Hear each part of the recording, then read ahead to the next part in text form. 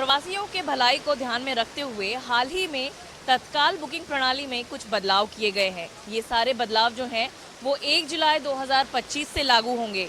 क्या फ़ायदे हैं इसके और किस तरीके से ये बदलाव आएगा, इस पर ज़्यादा बात करने के लिए हमारे साथ में कुछ प्रवासी हैं, कुछ प्रवासी संघ के लोग भी हैं।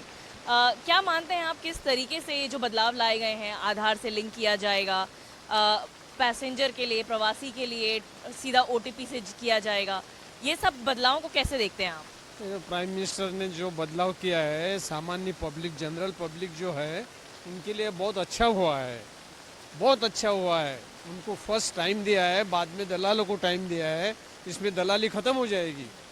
तो जो किया है बहुत अच्छा काम किया है। आप बताइए कि पहले जब बुकिंग करते थे हम, जब समय खोला जाता था, विंडो खोला जाता था, कितनी तकलीफ़ों का सामना करना पड़ता था और अब जो ये बदलाव लाया गया है इससे कितनी चीज़ें बदल सकती हैं? बिल्कुल, प्रधानमंत्री नरेंद्र मोदी ने एक साहसिक कदम उठाया है। जिस प्रकार के तत्काल का जो उन्होंने समय है, उन्होंने जो दिया है समय के आधार से लिंक कर दिया है, तो निश्चित रूप से इसमें यात्री को तो फायदा होगा ही। जो पहले की जो स्थिति देखते थे कि हमको 24 घंटे पहले आके लाइन लगाना, रात भर लाइन लगाना, और 8 बजे के बाद हमें जैसे हम विंडो पे पहुंचते हैं तो टिकट सारे खत्म हो जाती थी, तो सारे यात्री परेशान हो जाते थे। तो निश्चित रूप से यह जो निर्णय 1 जुलाई से सरकार ने लाई है, इससे दलालों से मुक्ति मिलेगी। और दलाल जो अपने फेक नाम से वो जो बुकिंग किया करते थे, तो कहीं ना कहीं इसका फायदा सामान्य यात्री को मिलेगा। और यात्रियों को हितों की ध्यान में देखते हुए यह निर्णय किया, क्योंकि जो बुकिंग करते थे उस वक्त तो देखते थे कि हम आधा सेकंड में या 3 सेकंड में सारे के टिकट बिक चुके होते थे और उसका पूरा फायदा दलाल उठाते थे और सामान्य यात्री को टिकट नहीं मिलती है। अभी तो उन्होंने समय भी चेंज कर दिया है। जो समय चेंज करने के कारण क्या होगा, जो एजेंट है वो बाद में उनको मिलेगा और सामान्य यात्रियों को प्राथमिकता दी जाएगी। और उसमें विशेषतः जिसका आधार लिंक है, यानी जो ओरिजिनल यात्री है, जो स्वतः यात्रा करना चाहता है या मोबाइल से बुक करना चाहता है, उनके लिए तो एक बेहतर नियम उन्होंने बनाया। इसका हम स्वागत करते हैं और नरेंद्र मोदी जी और साथ में रेलवे मंत्री अश्विनी वैष्णव जी का मैं धन्यवाद देना चाहता हूं। जिस प्रकार की उन्होंने आने वाले दिनों में उन्होंने भी घोषणा भी की थी कि सभी को कंफर्म टिकट मिलेंगे। आने वाले दिनों में कंफर्म टिकट मिलने की यह पहली दिशा है।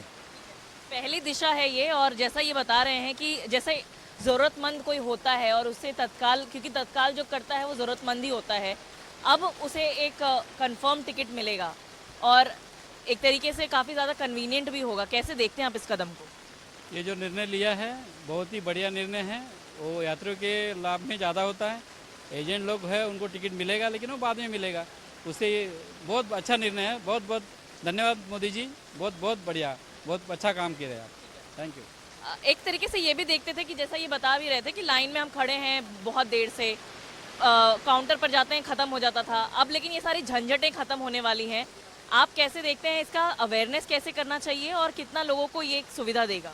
रेल विभाग का ये जो निर्णय है वो स्वागत योग्य है कि इंडिविजुअल यूज़र को टिकट मिलेगा अगर आधार लिंक है उसका। तो ही जो इनलीगल है उनका आईडी नहीं बनेगा, अब तो इंडिविजुअल यूज़र को फ़ायदा होगा उससे।